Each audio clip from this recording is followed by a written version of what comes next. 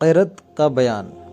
قرأت کرنا یعنی کہ تکبیر تحریمہ کے وقت تکبیر تحریمہ کہنے کے بعد جب سورہ فاتحہ پڑھے اور سورت ملانا بھول گئے اور رکوع میں یاد آئے تو کیا کرے؟ اگر سورت ملانا بھول جائے اور رکوع میں یاد آئے تو کھڑا ہو جائے اور سورت ملائے، پھر رکوع کرے اور آخر میں سجدہ سہو کرے۔ فرض کی پہلی 2 رکعتوں میں سورت ملانا بھول جائے تو کیا کرے؟ فرض کی پہلی 2 رکعتوں میں پڑھے اور سجدہ سہو کرے، اور مغرب کے پہلی 2 رکعتوں میں بھول جائے تو تیسری میں پڑھے اور رکعت کی صورت جاتی رہی تو آخر میں سجدہ سہو کرے۔ اگر فرض کی پہلی 2 رکعتوں میں سے کسی ایک میں سورت ملانا بھول گئے اور رکوع کے بعد یاد آئے تو کیا کرے؟